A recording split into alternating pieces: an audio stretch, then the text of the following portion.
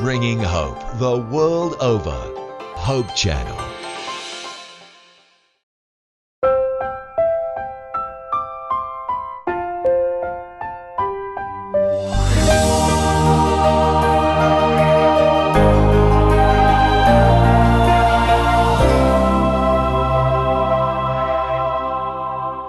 Magandang araw pong muli sa inyo lahat, mga minamahal po namin mga kaibigan. Kagalakan po namin na kayo po'y mapaglingkuran sa pamamagitan ng pagtalakay ng ating leksyon na pinag-aaralan. Ako pong muli ang inyong lingkod, Pastor Ben Casimiro, at dito sa ating programang Oras ng Pag-aaral, muli po nating makakasama si Pastor Villanueva sa pagtalakay po natin ng ating mga leksyon. Welcome, Pastor. Salamat muli sa iyong pagtanggap sa akin. At ako naman ay natutuwa na maging kabahagi ng mahalagang programang ito. Sa ating pong tagapanood, sa ating mga taga-subaybay, kumusta po kayo? Magandang araw po sa inyong lahat. Ang bilis po ng ating panahon, minamahal ng mga kaibigan. Tayo po ay nasa ikatlong leksyon na naman po ng ating pag-aaral. At ang ating pong paksang tatalakayin, ang banal na espiritu. Bago po tayo magpatuloy, napakabuti po mga kaibigan na tayo po ay dumako muna sa ating pananalangin at papangunahan tayo ni Pastor Villanueva. Tayo po ay manalangin. Mapagpala at makapangyarihang Ama na nasa sa mga langit, muli po kaming dumudulog sa inyong banal na luklukan. Ibig po naming magpasakop ng aming mga sarili upang sa pag-aaral na ito ay magkaroon ng kabuluhan, kahulugan sa aming buhay. Amin pong hinihiling na sa pamagitan ng inyong pagpatnubay ay makarating kami sa katotohanan ng gagabay sa aming pamumuhay at makahanda kami sa pagdating ng inyong anak. Kami po ay sumasampalataya na ang magiging bunga nito ay ang mapalapit kami sa inyo at mabigyang dangal at karangalan ang inyong pangalan. Salamat po sa inyong pagtugon. Ito po ay aming hinihiling alang-alang po sa banal na pangalan ng Panginoong Hesus. Amen. Amen. Tayo po'y dadako ng muli sa ating leksyon. Ating pong tinatalakay sa buong trimestre ito ang may kinalaman sa mga katuruan ng ating Panginoong Hesus. At tinanatalakay ang tungkol sa Ama na siya ay maibigin sa lahat. At nang nakaraang linggo'y tinalakay natin ang tungkol naman sa anak na siyang nagbigay ng kanyang buhay para sa ating kaligtasan. At ngayon naman po itutunghayan natin ang katuruan ng Panginoong Hesus na may kinalaman sa banal na espiritu. Ano nga bang sinasabi ng ating Panginoong Hesus tungkol sa banal na espiritu? Nakakalungkot isipin na ang banal na espiritu ay ating palaging kasakasama sa ngayon sa banal na kasulatan, pero siya yung hindi masyadong kilala. Kaya po sa ating pag-aaral na ito ay ating kilalaning mabuti ang banal na espiritu. At napakaganda po na ating tunghayan ng ating talatang sa uluhin. Makita natin sa aklat ng Juan 14, talatang 16. Ganito po ang wika. At ako'y dadalangin sa Ama, at kayo'y bibigyan niya ng ibang mga aliw, upang siyang sumainyo magpakailanman. Napakaganda po, at ito isang pangako na maaari nating i-claim, at sa pamamagitan din ito ay maakay tayo ng lubos sa pagkakilala sa ating Panginoon. Pastor, sa ating pong, sa inyong ginawang pag-aaral ng ating leksyon, paano nyo nakita ang kahalagahan ng banal na espiritu? Aking pinag-aaralan ang Juan 14, 15 at 16. At aking nasumpungan na napakahalaga ng ginagampanang papel ng banal na espiritu nang sabihin ng Panginoon na ipadadala o susuguin ang mga aliw. Ibig sabihin siya ang representative. Sa wika English, sabi doon ay another. At yun ay may ibinibigay na mahalagang kahulugan. Sapagkat kung masusi nating pag-aaralan, yung may ibang mang-aaliw, ay yung iba ay hindi ang ibig sabihin ay ibang klase. Kundi iba na katulad, parang mahirap unawain, pero sa original na salita, ay yung alos ay of the same kind. Pero yung heteros ay different kind. Yun ay another, pero ibang klase. Yung isa na may another, pero ganun ding uri. Kaya kung halimbawa ay ako'y magsugo ng ibang pastor, ay ang ibig sabihin noon ay pastor din siya. Kaya lang, ibang pastor siya. Kauri. Kaya ang Panginoong Hesus, kung siya ay mang-aaliw, aalis siya, ang susuguin niya, mang-aaliw din. Kung ano ang kanyang katangian, kung anong kanyang kalagayan, kung ano ang kanyang kalagayan, ay ganun din ang papalit sa kanya, mag-re-replay sa kanya, magiging kahalili niya. Okay, mahalaga Pastor, kasi yung background nito, ang ating Panginoong Hesus ay nagpapaalam na sa mga alagad. At dahil dito ay nalulungkot ang mga alagad dahil iiwanan sila ng ating Panginoong Hesus. Na ang ating Panginoong Hesus ay tinawag ding parakletos. Ibig sabihin, isa ring mga aliw.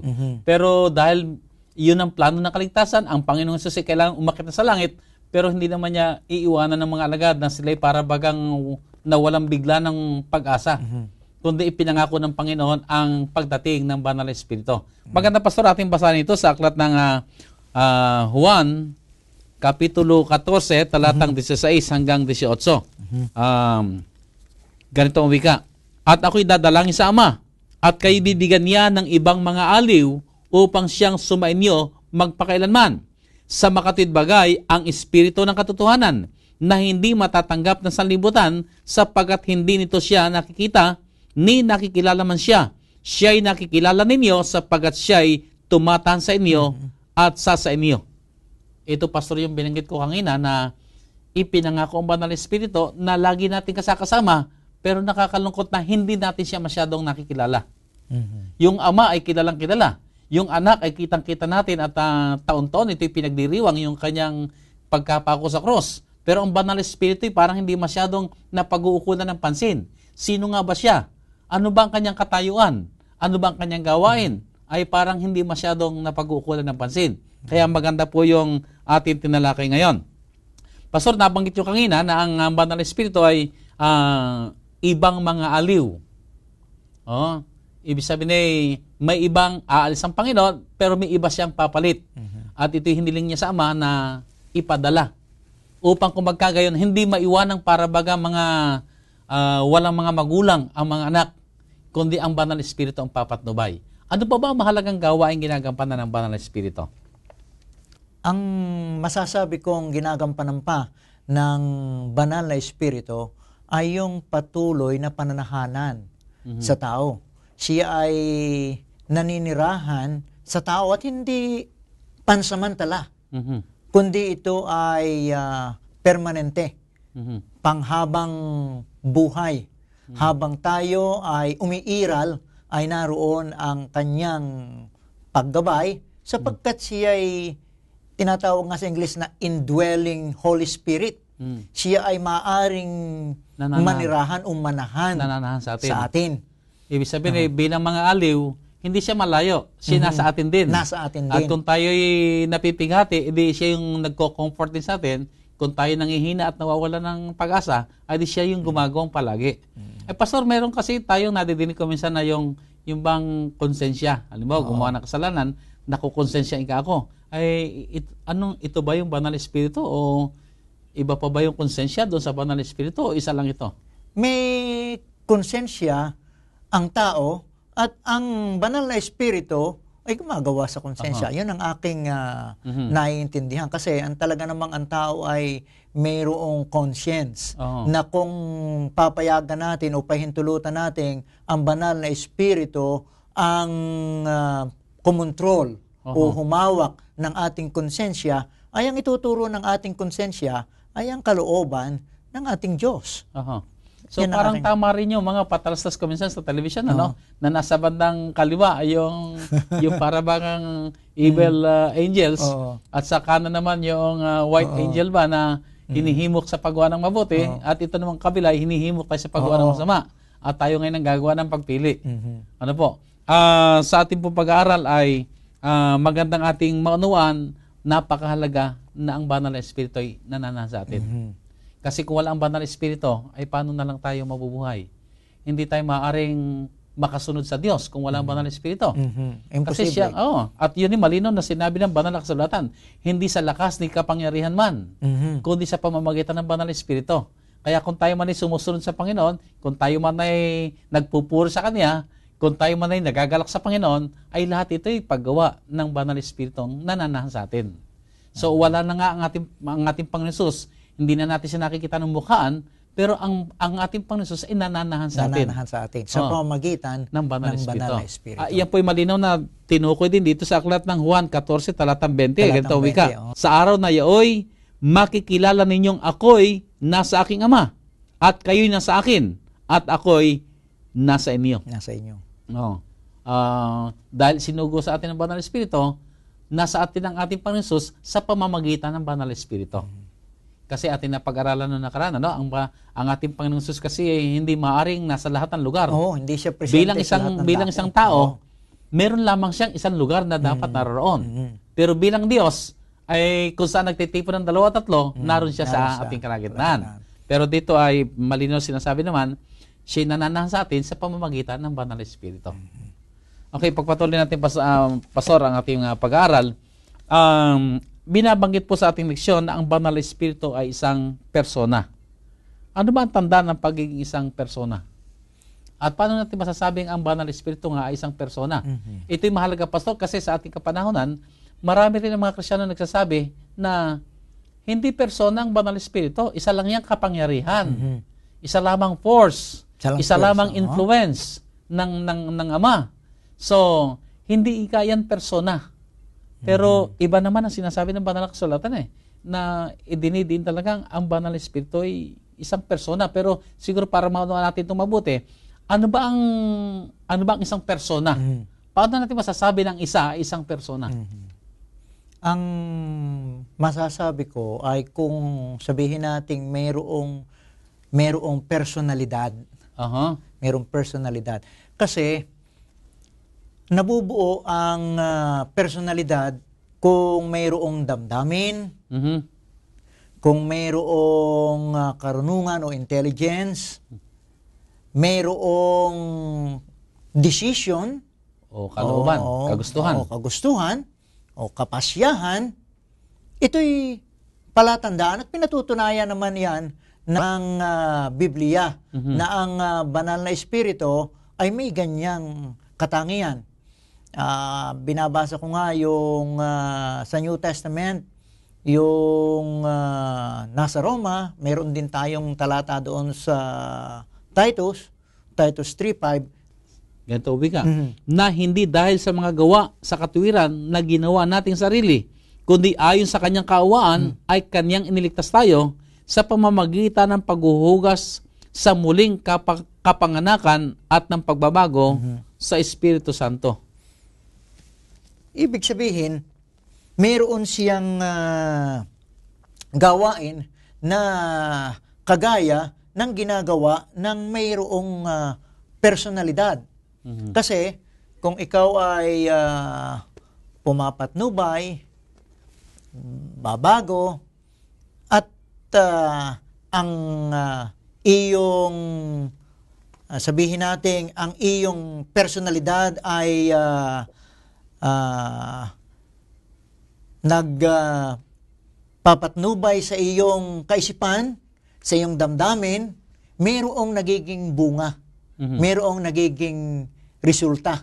At doon sa kanyang ginagampanang yun, ay nagpapatunay na hindi siya tao, pero siya ay persona. Para bang mahirap ipaliwanag, pero pag pinag-aralan natin ang Ama bilang persona, ang Anak bilang persona, at maintindihan natin kung ano ang katangian ng dalawa, ay lumalabas na katangian din ng Banal na Espiritu. So, ano ngayon ang magiging conclusion natin? Kung ang persona ay may ganitong katangian at ang mga katangian ito ay masusumpungan sa Banal na Espiritu, ano ang conclusion natin? Ano ang ating magiging lundo? Ibig mo sabihin, Pastor, dahil kahanay ang Banal Espiritu doon sa Anak at sa Ama, ay pare-pareho silang persona. Siguro, dito nga, Pastor, binanggit mo kanina rito na ang Banal Espiritu ay meron siyang intelligence, meron siyang Oo. kaalaman. Siya'y nagtuturo. Nagtuturo. Binanggit din sa ating sa banal na kasulatan, Meron siyang alaala. meron siyang emosyon, maaari siyang mapighati. Meron din siyang sariling kagustuhan. Ay ito yung bumubuo ng isang persona. Kasi halimbawa, ang computer, hindi persona yan. Kasi bagamat sinasabi na iba na matalino yan, pero actually, wala siyang karunungan sa kanyang sarili. Yung nag-program ang matalino, Oo. hindi yung computer. Hindi yung computer. Oo. So, ang banal na espiritu ay kaya niya tayong gabayan, Oo. turuan, Turuan. may sarili siyang kagustuhan, Oo. mayroon siyang damdamin, at ito yung bumubuo ng isang persona. Now, ang ibig sabihin din ito sa atin ngayon ay yayamang ang banal na espiritu ay isang persona, maaari nating anyayahan ang banal na espiritu bilang isang persona na manahan sa atin. Oo. At yung ating pangangailangan ay kanyang matugunan. Tayo nakakalimot, siya nagpapaalala. Tayo ay nangangailangan ng tinatawag na spiritual gifts, ay alam niya kung anong dapat na ibigay sa atin. Ang banal na espiritu ay maaari nating mapasaya, maaari din nating mapalungkot. So, hilingin natin na tayo ay palaging nasa banal na espiritu upang kung magkagayon, tayo ay magabayan sa ating Kristiyanong pamumuhay. Kaya sa atin pong mga taga-subaybay, nais ko pong magbahagi sa inyo ng tungkol sa persona ng banal na espiritu. Ang banal na espiritu po, kagaya ng nabanggit ni Pastor Pastor Casimiro, ay maaring matuwa. Depende sa ating response, depende sa ating tugon. Maaring siya ay mapigati. Kung ating tutunghayan, Pastor, pwedeng pakibasa noong nasa Epeso 4:30, sapagkat ang banal na espiritu ay maaari ting mapighati kung sakali at nananawagan siya sa atin. Okay, ganito So, wika. Epeso 4:30. At huwag ninyong pighatiin ang Espiritu Santo ng Diyos, na sa Kanya kayo'y tinatakan hanggang sa karawan ng pagkatubos. Ang ganda, Pastor, ng talatang yan. Ibig sabihin, ang ating magiging reaksyon, ang ating magiging tugon ay mayroong bisa sa ating kahihinatnan. At depende rin doon sa ating tugon, yung magiging reaksyon naman ng nananawagan. Pwedeng siya ay matuwa, pwedeng siya ay malungkot sa ating tugon. Mapipighati ang banal na espiritu. Kaya may payo sa atin na huwag ninyong pighatiin ang banal na espiritu. Kung siya nanawagan, huwag kayong magmatigas.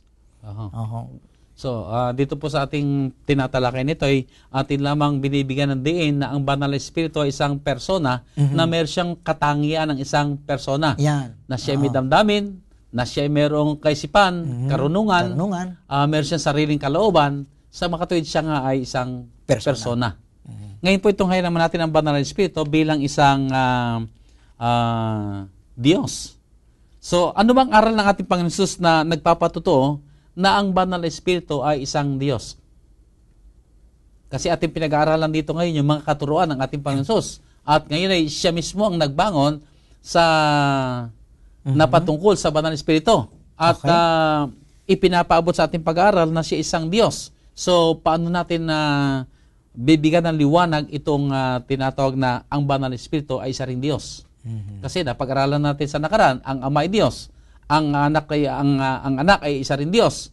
Ngayon ay atin ditutunghayan, ang banal na espiritu ay isa rin Diyos. Pero ano yung mga patunay nating makikita na siya nga isang Diyos din? Doon sa iyong introduction kanina, Pastor, ay nabanggit mo na bagaman ang banal na espiritu, siyang pinakamalapit sa atin, siya nga ang pumapatnubay sa atin, siya pa rin ang naninirahan sa atin, at kung tutuusin, ay siya ang napakalapit sa atin. Pero meron tayong mas kakaunting impormasyon tungkol sa Kanya. Pero meron din namang tumutukoy sa banal na kasulatan na nagpapatunay na siya ay divine. Hindi siya ordinary human. Sapagkat, pag binasa natin yung Mateo, doon sa 12, mabigat yun, Pastor. Gawa ng ang nakalagay doon ay kung tayo ay magkakasala, ay at yun ay laban sa banal na espiritu, ay hindi sinasabing mahirap patawarin. Ang pagkakasabi roon ay walang kapatawaran.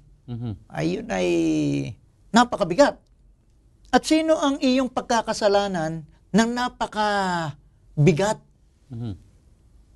Kung hindi iyan talagang higit kaysa human being. Siya ay Diyos. Basahin natin yung mga talatang yan na magpapatunay. Okay, makita natin Matthew sa 12:31, 32. sa Matthew 12, talatang 31 at 32. Ganito ang wika. Kaya't sinasabi ko sa inyo, ang bawat kasalanan at kapusungan ay ipatatawad sa mga tao. Datapwat ang kapusungan laban sa Espiritu ay hindi ipatatawad. At ang sinumang magsalita ng isang salitang laban sa anak ng tao ay ipatatawad sa kanya. Datapwat ang sinumang magsalita laban sa Espiritu Santo ay hindi ipatatawad sa kanya kahit sa sanglibutang ito o maging sa darating. Hindi ba, Pastor, kung mababasa natin ang mga talatang yan, ay magbabago ang ating pananaw. Kung ang ating pananaw ay ang banal na espiritu ay isa lamang impluensya, isa lamang puwersa, ay kapag napag-aralan natin na yan pala ay kapag ka laban tayo sa Kanya, halimbawa siya nananawagan, pinipighati natin, pinagmamatigas natin ang ating puso, patuloy siyang nananawagan, tuloy ang kanyang panawagan, ay kapag ka napighati ang banal na espiritu, ang kasalanan ng hindi pagkilala sa Kanya at pagtalikod sa Kanya ay wala ng pag-asa. Ibig sabihin Pastor. nito, Pastor, ay ang banal na espiritu ay patuloy na gumagawa sa ating puso upang akayin tayo sa pagsisisi o akayin tayo na kilalanin natin ang Diyos. Subalit kung patuloy natin ito tatanggihan, ay naakit tayo sa kasalanang walang kapatawaran. At ito yung tinatawag dito na yung kasalanan laban sa banal na espiritu. Yan. Laban sa banal na espiritu sapagkat hindi natin siya pinakikinggan. O siya ating binabaliwala. Kaya ito yung kasalanang walang kapatawaran. Walang kapatawaran. Aha. Kasi pagka gano'n na ang kalagayan ng tao, Pastor, ay hindi mo nakikilalanin ang iyong kasalanan. At pag hindi mo kinikilala ang iyong kasalanan, ay hindi ka hingi ng tawad. Ay kung hindi ka naman hihingi ng tawad, ay ayaw mong tanggapin ang kapatawaran. Ay sino naman ang maliligtas na walang kapatawaran dahil aayaw niya ng kapatawaran at hindi niya kinikilala ang kapatawaran dahil lagi niyang pinipighati ang banal na espiritu. So, makakakonclude tayo, bagaman sabihin natin hindi talaga explicit o napakalinaw na binabanggit na ang banal na espiritu ay Diyos. Hindi explicit. Pero, kung pag-aaralan natin yung mga bagay, kagaya ng ating binasang mga talata, ay hindi pangkaraniwang impluensya o puwersa ang banal na espiritu. Napatunayan na nga natin na siya ay persona. Hindi siya impluensya. Siya yung patuloy na humihimok sa atin. Humihimok sa atin. Na tayo ay bumalik sa Ama o pagsisiya ng kasalanan. Pero kung patuloy natin ito tatanggihan, ay di nandoon nga yung kasalanan laban sa banal na espiritu. Na sinasabi mo ngayon, Pastor, na sa makatwid, ang banal na espiritu ay isang Diyos. Isang Diyos. Makukonklud natin. Okay, Pastor, sa ating lesson ay mayroon pang binanggit na ang banal na espiritu ay tinawag na alos parakletos. Bagamat ito yung pinahayag mo na kanina, pero ito yung isang malinaw ding ebidensya na siya isang Diyos. Sapagkat yung pagkakagamit ng alos parakletos ay isa na katulad ng ating Panginoong Hesus. Na kung paano ang Panginoong Hesus ay nagsusugo, ay ang susuguin ay kagaya ng nagsugo. Yan, so hindi binanggit dito nga yung heteros na binanggit mo kanina na kakaiba. May ipapadalang iba pero katulad. Hindi yung may ipapadalang iba na kakaiba. So ibig sabihin, doon pa lang sa salita niya ay malinaw natin makikita dito sa Juan 14 na ang banal na espiritu ay isang Diyos sapagkat ang katulad niya ay kagaya na nagsugo. Ang nagsugo ay ang Ama. Sa request ng ating Panginoon Hesus ay ang Ama ay Diyos, ang Anak ay Diyos, ay di ang banal na espiritu ay isa ring Diyos. Okay, At saka, isa pa, Pastor, maidagdag ko, ang banal na espiritu ay naninirahan niya. Nabanggit na natin niya kanina. Siya ay pumupuspos sa gusto niyang patnubayan. Ang Panginoong Hesus ay may karanasan na mapuspos ng banal na espiritu.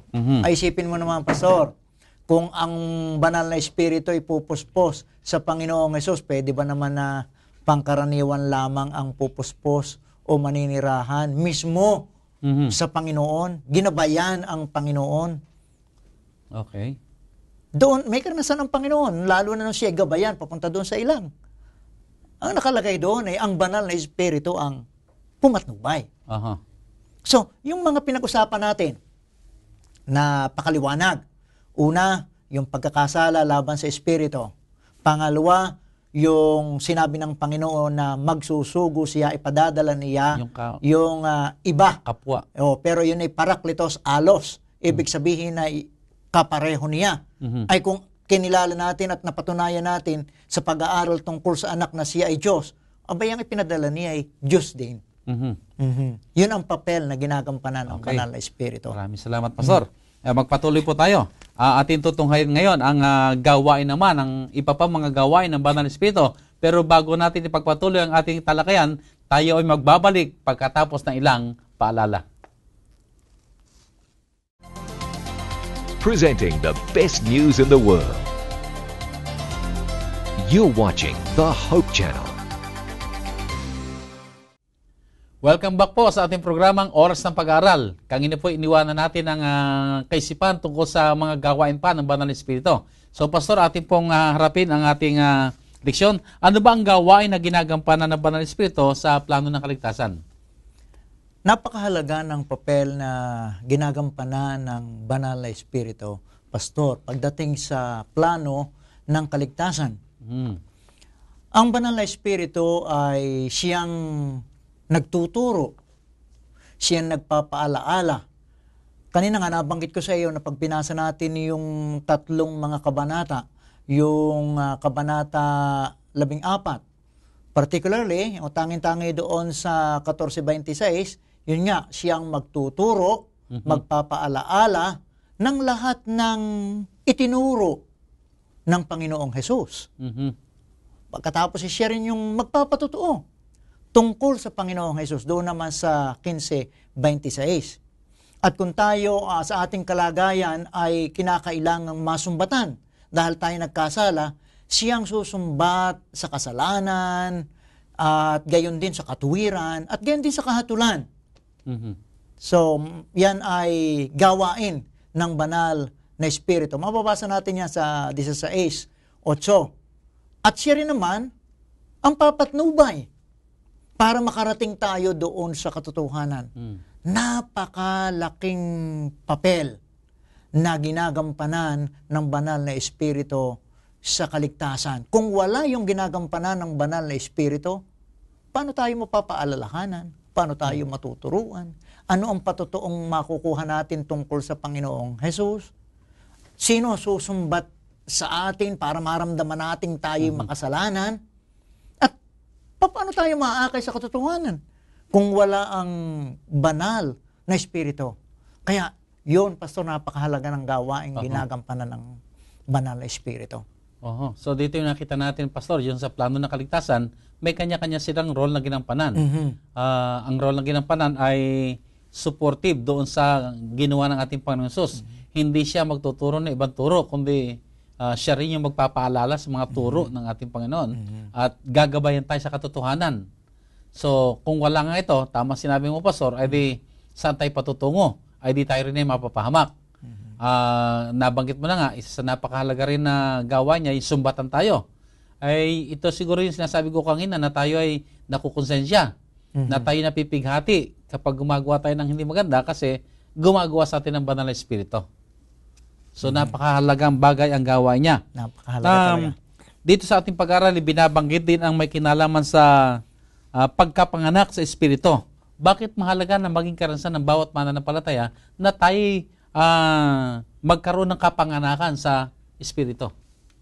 Kasi, Pastor, yung pagkapaganak sa banal na espiritu, yun ay, kumbaga sa tubig, ay ikaw ay ilubog sa tubig, Mhm. ikaw ay talagang kumpleto na mababago. Hindi yung ilulubog lang ang paa mo, ilulubog lang ang kamay mo, ilulubog lang ang ulo mo. Ibig sabihin, buo. Ngayon, kung kumpleto rin yung ating impluensya ng banal na espiritu, yun ay gagampanan niya ang tungkulin niya sa atin na matransform o mabago yung ating buhay. Hindi ito basta pagbabago na ang tawag ay modification eh. Hindi yung isang bagay na binabago mo na mababago ang kanyang anyo. Kundi ito ay radical, complete, buong-buo, ganap na Hindi siya yung pagbabago. Hindi siya yung parang nire-repair lamang. Yan. Kundi talagang ganap na pagbabago. Kaya ang tawag natin dyan sa English ay conversion. Naalala ko, Pastor, yung aking sasakyan ay lumang-luma. Ay palati nang sinabi sa akin ng mekaniko, Pastor, i-convert na natin ito. Ay di, convert. Akala ko, re-repairin niya. Ang ibig sabihin pala na i-convert, papalitan niya ng buo. Pagkatapos mayroon na naman siyang bahagi, Pastor, i-convert natin ito. I-convert na naman niya. Akala ko, re-repairin niya, may buo na naman siyang ipinalit. Alam mo, nung aking sasakyan matapos, ang sabi ng mekaniko, Pastor, ang sasakyan mo, total conversion. Kaya, nawala na yung dati. Bago na. Hindi yung dati na pinakinis, hindi dati na nilinis, kundi inalis yung dati at may ipinalit na bago. Yun ang conversion eh. At yan ay ginagampanan ng banal na espiritu. At ito kailangan natin maging karanasan. Kailangan nating maging Hindi lang karanasan. tayo basta yung gumagawa lang na mabuti, kundi talagang sa puso nagmumula na ang banal na espiritu siyang gumagawa sa atin. Natural. Nabunga ng banal na espiritu. Pastor, dito sa ating lesson, binabanggit din yung puspos ng banal na espiritu. So, paano tayo napupuspos ng banal na espiritu? Kanina, napag-usapan natin yung trabaho ng banal na espiritu, yung manirahan. Ang iyong ang term na ginamit ay manahanan. Pwede siyang manahan, pwede siyang tumira. Ngayon, ang tanong mo naman ay, ano bang paraan para siya ay makatira o makatahan sa atin? Aking naalala sa aking pinag-aralan ay hindi naman mahirap eh. Para panahanan tayo ng banal na espiritu. Pwede nating ipanalangin, Pastor. Hilingin na manirahan siya. Mapuspos tayo ng banal na espiritu. Mayroon talata niya sa Lucas. Okay. Pastor. Sa aklat ng Lucas. Sa aklat ng Lucas. Kapitulo Parang kabanata 11. Sa talatang 19 ang yata yung talata na tumutukoy diyan tanging-tangi, Pastor. Doon sa tingnan natin sa Maring talatang hilingin. 9 hanggang 13. 9, yan, 9. Ganitong wika. Sa Lucas Kapitulo 11, mga talatang 9 hanggang 13. At sinasabi ko sa inyo, magsihingi kayo at kayo bibigyan. Magsihanap kayo at kayo mga kasumpong. Magsituktok kayo at kayo bubuksan. Sapagkat ang bawat humihingi ay tumatanggap. At ang umahanap ay nakakasumpong. At ang tumutuktok ay binubuksan. At aling ama sa inyo na kung humingi ang kanyang anak ng isang tinapay, ay bibigyan niya siya ng isang bato o ng isang isda kaya, at hindi isda ang ibibigay kundi isang ahas. O kung siya'y humingi ng itlog, kanyang bibigyan kaya siya ng alakdan. Kung kayo nga, bagaman masasama, ay marurunong magbigay ng mabubuting kaloob sa inyong mga anak, gaano pa kaya ang inyong ama sa kalangitan na magbibigay ng Espiritu Santo sa nagsisihingi sa Kanya? Yun, Pastor, ang gusto kong talagang idiin. Maluwag ang Panginoon sa mga kumikilala. Alam mo yung paghingi, yun ay pagpapakumbaba rin, Pastor, yun eh. Kasi ang isang taong naghihirap, na ayaw humingi ng tulong, ayun nagmamalaki. Mhm. Sa atin, kung atin lamang kikilalanin na tayo walang magagawa at ihilingin natin ang banal na Espiritu, hindi naman sasabihin ng Ama na hindi pwede.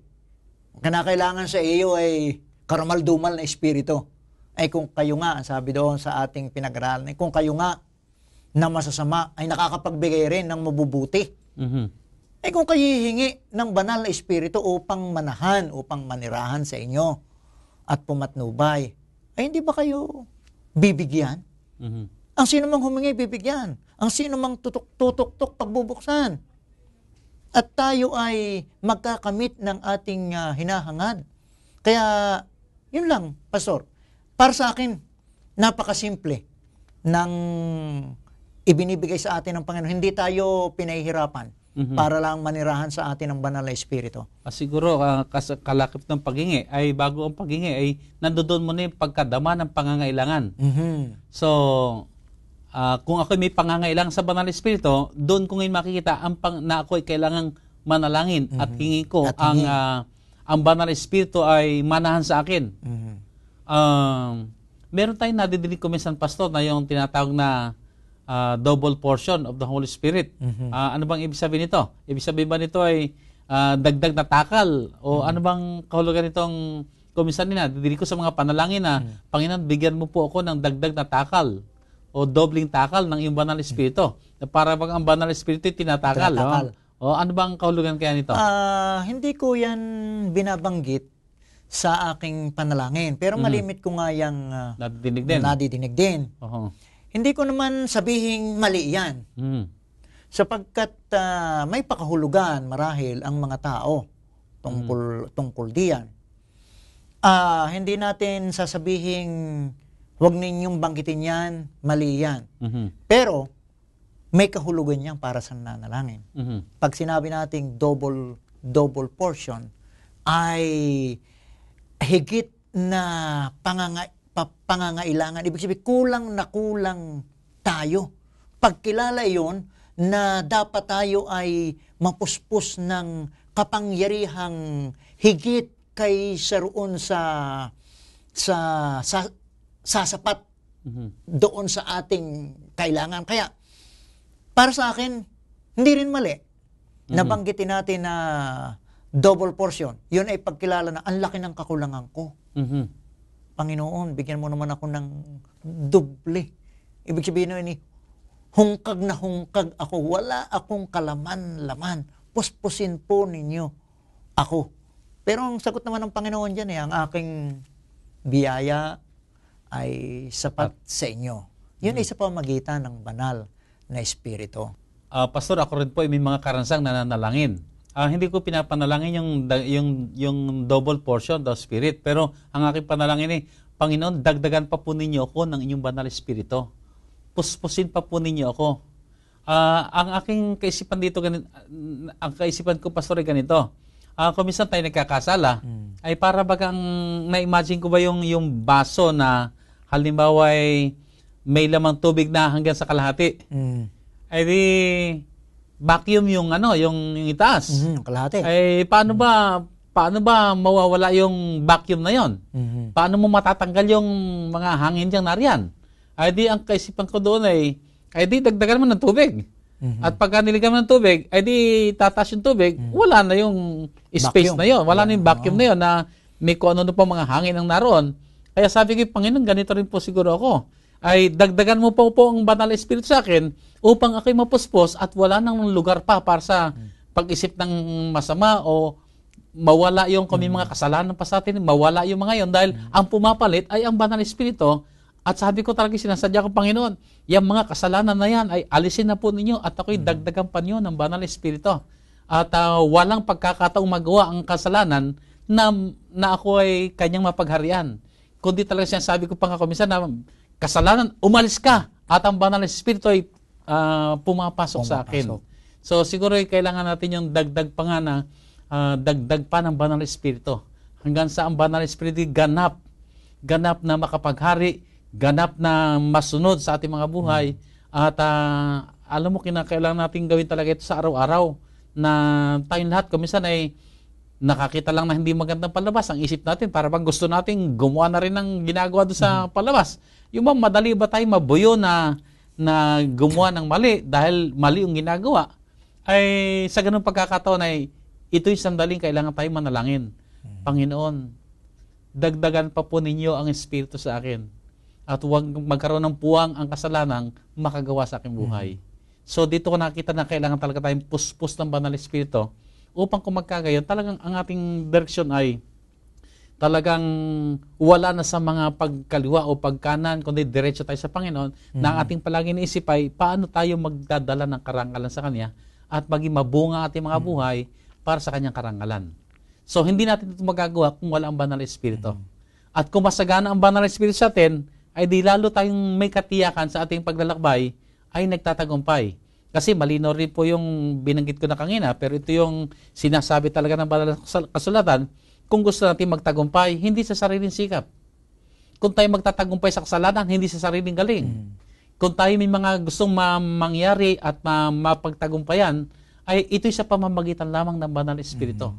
Hindi sa lakas di kapangyarihan, kundi sa pamamagitan ng Banal Espiritu. Kaya, ang kailangan na po talaga natin gawin, araw-araw, patuloy na manalangin, puspusin pa tayo ng Banal Espiritu. At hindi ang sarili ang masunod, kundi ang Banal Espiritu na ang masunod at paghari sa ating mga buhay. Napakaganda, Pastor, ng iyong binanggit sapagkat lahat ay nangangailangan ng Banal na Espiritu. Doon sa ating pinag-usapan kanina, lalo na sa plano ng kaligtasan, ang lahat ng mga bagay na kumukontra doon sa panawagan ng Banal na Espiritu ay tama ka, siyang papalit, siyang maninirahan. Kung mayroon doong bahagi na empty, kung hindi ang aanyayahan natin ay Banal na Espiritu, may mauunang pumasok doon. Mayroon mauunang pumasok doon. Pastor, totoo po yun. Ako po'y naniniwala kasi meron tayong, alam nyo, sa Banal na Kasulatan, mabasa rin natin yung, nung umalis yung masamang espiritu, ay di nakaalis doon sa devil possessed, yung mga masamang espiritu na umalis. Pero wala namang pumalit. Walang pumalit. Kaya ano sabi ng Banal na Kasulatan? Nagbalik yung mga masamang espiritu at mas marami pa ang sumama. Kaya puspos na naman siya, pero ng masamang espiritu. Kaya sabi ko, delikado yung sino nananahan sa atin. Pagka hindi Banal Espiritu nanahan, ay titirhan yan ng masamang espiritu. At saan tayo akayin? E di sa kapahamakan. Kaya napakalaga talagang matiyak natin araw-araw, tayo talaga ay pinapanahanan ng Banal Espiritu at palagi talagang idinadalangin natin na tayo mapuspos ng Banal Espiritu. Yun nga. At dahil, Pastor, sa likas ng pagiging makasalanan, na yan ay nasa sa atin, ay laging ang pag-akay sa atin ay sa papalayo sa kalooban ng Panginoon. Na kung hindi natin maaalagaan na tugunin ang panawagan ng Banal na Espiritu, ay mapapahamak tayo. Kaya sa ating audience, sa ating pong mga taga-subaybay, ay nais ko pong manawagan na dahil ang Banal na Espiritu ay araw-araw ay tumutuktok sa ating mga puso, ay huwag po nating pighatiin ang Banal na Espiritu. Huwag nating papagmatigasin ang ating puso sapagkat bilang makasalanan, lagi tayong nakahilig doon sa pagkakasala. Ang magtutuwid lamang ng ating kalagayan ay ang Banal na Espiritu. Siya po ang may kapangyarihan para tayo ay mabago mula sa ating dating kalagayan patungo sa bagong kalagayan na yun po, Pastor, ay katangian ng isang maliligtas. Maliligtas. Pare-pareho tayo may kahinaan. At paano tayo magtatagumpay sa kahinaan yan? Dahil tayo may likas ng pagkakasala sa pamagitan lamang ng Banal na Espiritu. Kaya kahit tayo may program na revival and reformation, it is impossible without the aid and the power of the Holy Spirit. Pastor, ako'y merong karansa na may nagtanong. Pastor, di ba sinasabi mo tayo maging puspos ng Banal na Espiritu ngayon? Pagkatapos mong manalangin ng puspusin ka ng Banal na Espiritu ngayon, kinabukasan, ikaw yung mananalangin na naman ulit. Panginoon, puspusin mo ako muli ng Banal na Espiritu. At pagkatapos ay kinabukasan na namang muli, mananalangin na naman ka, puspusin na naman ng Banal na Espiritu. Ay hindi ka, ano ba ibig sabihin nun? Ba't kinakailangan araw-araw kang puspus? Hindi ba puspus ka na ngayon? Ay bakit mananalangin ka pa uli bukas na puspusin ka pa muli? Ay ang akin naisip lamang ay ganire. Sabi ko ay, ako'y may sasakyan. Ay pag nagpultang ako, at ako'y nagbiyahe na, ay kinabukasan ay kailangan magpultang uli. At ako'y nagbibiyahe na naman at malalayo ang biyahe. Ay talagang bumabalik ako doon sa gas station para magpultang pa naman uli. Ay bakit kaya kinakailangan magpultang pa? Nagpultang na ako kahapon. Ay kasi naglalakbay tayo eh. Ganon din ang ating spiritual na kabuhayan. Tayo ay naglalakbay sa mundong makasalanan. Kung minsan tayo ay nagkakamali, kung minsan tayo ay kinakapos ng pangunawa, kinakapos ng pasensya, kung minsan tayo bumibigay sa ilang mga pressure ng nagagalit, na umiiksi ang ating pangunawa, ay nauubos din yung ating nababawasan yung espiritu. Kaya kailangan natin ng tuloy-tuloy na pagdalangin. Panginoon, dagdagan mo po ninyo, puspusin pa po ninyo. At kailangan palaging tiyak na tayo puspos ng Banal na Espiritu. Mahirap naman yun, sasabihin natin na kung kailan tayo hungkag na at saka ka mananalangin, ay maganda na yung araw-araw tayo puno. Di ba? Kung magasasakyan, ay iba na yung tumatakbo ng puno ang nakapultang ka. Kaysa naman sa nangangamba ka palagi na, naku, mag-empty na. Mag-empty na. Baka hindi ka umabot doon sa susunod gas station, ay mahirap yun. Ay kung sa atin naman kalagayan spiritual, ay mahirap yung bumigay ka. Alam mo, naranasan ko talaga, Pastor, noon. Minsan ko lang naman ito nagawa at hindi ko na inulit sa aking buhay, sa aking ministry. Na ako ay nakapanigaw ba na isang kapatid. Na ang sabi ko nga ay, ako'y kinapos ng Espiritu. At ang aking pampangangatwiran noon, ay yun nga yung kakong bakery na ubusan ng pasensya eh. Ako pa hindi maubusan ng pasensya. Ay talagang naubusan talaga ako ng pasensya. At ako'y nakapanigaw. Pero maganda yung sinabi sa akin ng aking nanay at pinagsisihan ko na rin naman yun na ay huwag ka noon. Ako pa man din isang pastor, ay ang mga tanda ay ginagalang. Ay tama naman, ako yung nagsisi na rin. Sabi ko, patawarin ako at hindi na talaga maulit. Hindi na talaga naulit yun. Pero ang lesson gusto kong tingnan doon, hindi sana ako humantong sa ganoon kung ako lamang inanalangin ng dagdag na takal ng Banal na Espiritu. Napakaganda, kasi Pastor. ako'y kinapos eh. Sabi ko, Panginoon, ay nangangatwiran pa ako. Ay ang bakery nga, nauubusan ng pasensya, ako pa hindi maubusan. Pero alam mo, sinagot din sa akin ng Panginoon yun. Eh bakit alam mo na palang maubusan ka? Ba't hindi ka nanalangin? Kaya ngayon, magmula noon. Available naman lagi. Available naman. Kaya magmula noon, talagang hindi na ako umulit sa pagkakamali ko ngayon. Bakit? Ang sikreto, alam mo mauubusan ka na, ay bakit hindi ka pa humingi? Kaya pag ako'y medyo kinakapos na talaga ng pasensya, ay ako talaga nakapikit na. At kung minsan para bagang gusto ko nang bumigay na ako ay makapagsalita ng hindi maganda, ay sa halip na ako'y bumigay, ay bakit ako bibigay kung pwede namang manalangin? Panginoon, dagdagan pa po ninyo ang inyong Banal na Espiritu sa akin upang ako'y hindi bumigay sa mga tukso ng pagkakamali. So talagang napakaganda talagang sikreto rito ay ang Banal na Espiritu. Kung siya'y mananahan sa atin at siya'y mananatiling nananagana sa atin, gagabayan niya tayo sa katotohanan, aakayin niya tayo sa pagbabago at aakayin niya tayong maging mananagumpay hanggang sa pagdating natin, Panginoon. Ang ganda, Pastor. Yung iyong analogy na talagang nagsisilbing illustration, naglalarawan ng pangangailangan lagi. At ang maganda nito, Pastor, ay hindi tayo pinahihirapan. Hindi sinasabing ito ang inyong gagawin para magkaroon kayo ng Banal na Espiritu. Dapat muna ay ganito, dapat muna ay ganito. Talagang walang bayad. Hihingi tayo at laging available. Yun ay pagpapakumbaba na tayo ay nakakaramdam ng pangangailangan, na may kinakailangang mabago sa atin, at maging matuwid yung ating landas. At posible lamang sa pamagitan ng Banal na Espiritu. Okay, maraming salamat, Pastor. Napakaganda po ng inyong pagkakabahagi. So, minamahal ng mga kaibigan, tayo po ay dumako na sa pagtatapos ng ating leksyon na dito po ay ating tinunghayan ang mga katuruan ng ating Panginoon Hesus. Partikular natin tinalakay ngayon ang may kinalaman sa Banal na Espiritu na napakaliwanag po na itinuturo sa atin, isinugo ang Banal na Espiritu sa atin upang kung magkagayon siyang umakay sa atin sa katotohanan, siyang umakay sa atin sa pagsisisi, Siyang umakay sa atin na tayo po ay lalong maakay sa pagtatagumpay, maging lalong malapit sa atin Diyos, at binigay din sa atin ng katiyakan. Sa lahat ng sandali, sumasa atin ang Banal na Espiritu. Ano man ang ating kalagayan, ang Banal na Espiritu nariyan upang umalalay sa atin, magpalakas sa atin, tumulong sa atin, at akayin tayo na lalo tayong patuloy na mahubog sa kagandahan ng larawan ng ating Panginoon.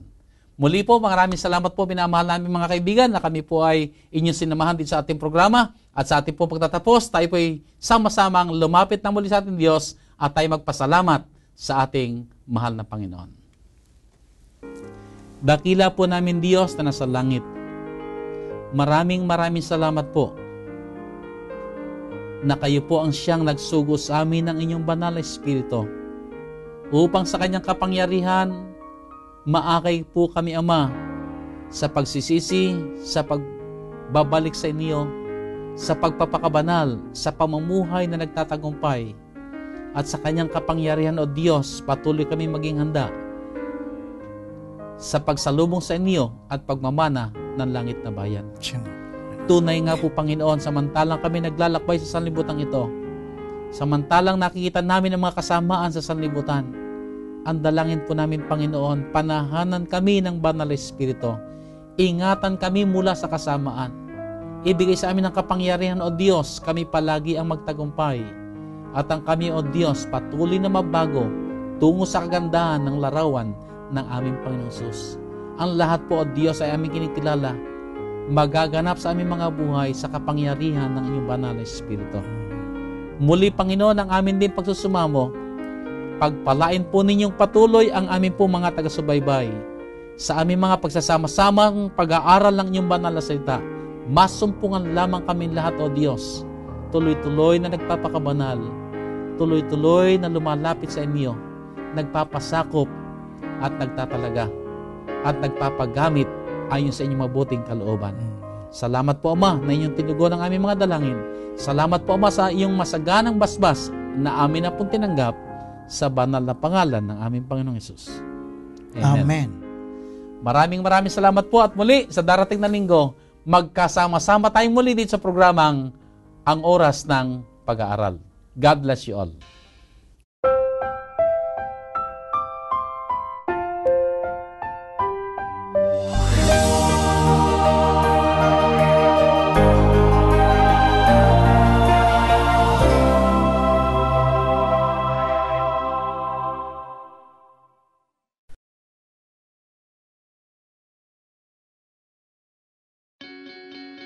We are people, and we love to get connected. We connect as families because of birth. We connect as friends because we click. And we connect as communities because we care. Seventh-day Adventists are people who connect in communities called congregations, which in turn connect to form conferences, who connect together to form unions, divisions, and the General Conference. Why do we connect? It starts with a connection to the Creator, who invites us on a spiritual journey. When we journey together, we can help each other along the way. This journey is a journey of a lifetime, and as we learn and grow, life becomes filled with meaning and purpose. Our greatest joy is in helping others along the way. Wherever you are on your journey, we believe that we have something to offer that can make your life more whole. So the next time you see a Seventh-day Adventist, remember, you're not looking at someone who stands alone. They are connected to a world church that has 18 million members, gathered in 13 divisions, comprised of 122 unions, formed by 600 conferences, serving in 140,000 congregations in 208 countries, who worship in 924 languages, and they all want to connect with you.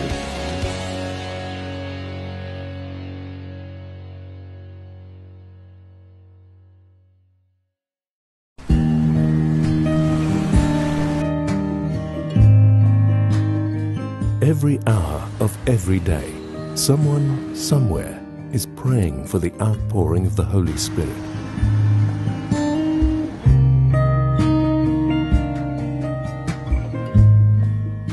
"777", praying at 7 a.m. and 7 p.m., 7 days a week.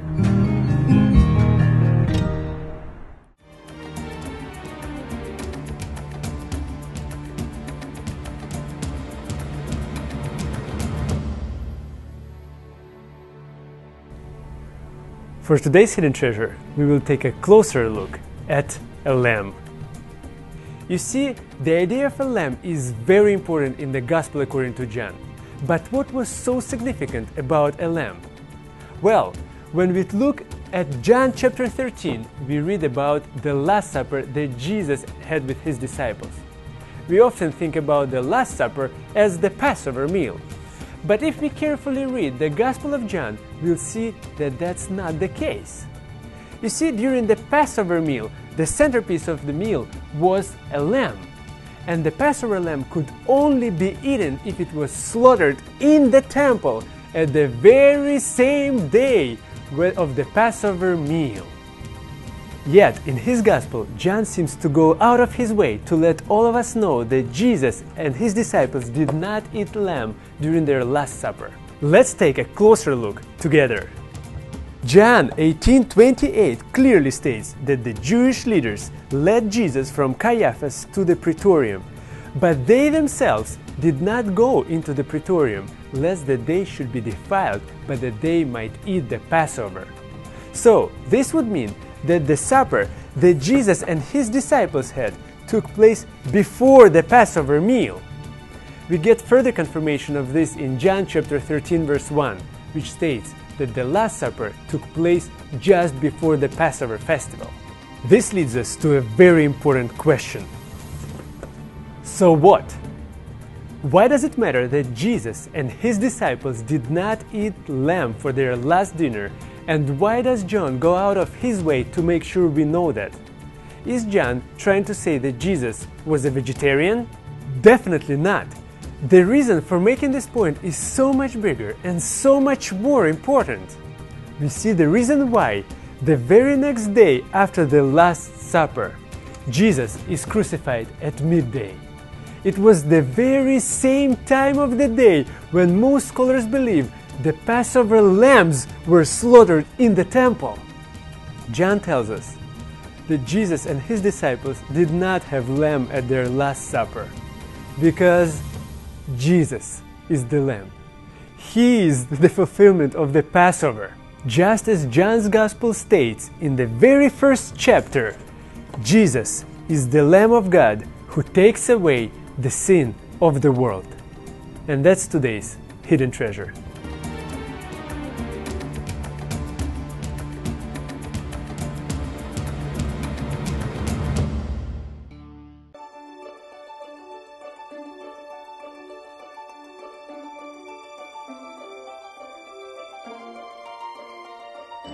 In the beginning, God created the heavens and the earth. The earth was formless and empty, and darkness covered the deep waters. And the Spirit of God was hovering over the surface of the waters. Then God said, "Let there be light." And there was light. God called the light day, and the darkness night. Then God said, "Let there be a space between the waters, to separate the waters of the heavens from the waters of the earth." God called that space sky. Then God said, "Let the water beneath the sky flow together into one place, so the land may appear, and let the land sprout with vegetation." Then God said, "Let lights appear in the sky to separate the day from the night." God made two great lights, the sun to govern the day, and the moon to govern the night.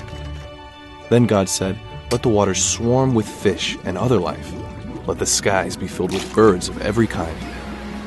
Then God said, "Let the earth produce every sort of animal, each producing offspring of the same kind." Then he said, "Let us make human beings in our image to be like us. They will reign over the earth and everything that is on earth." Then God looked over all he had made, and he saw that it was good.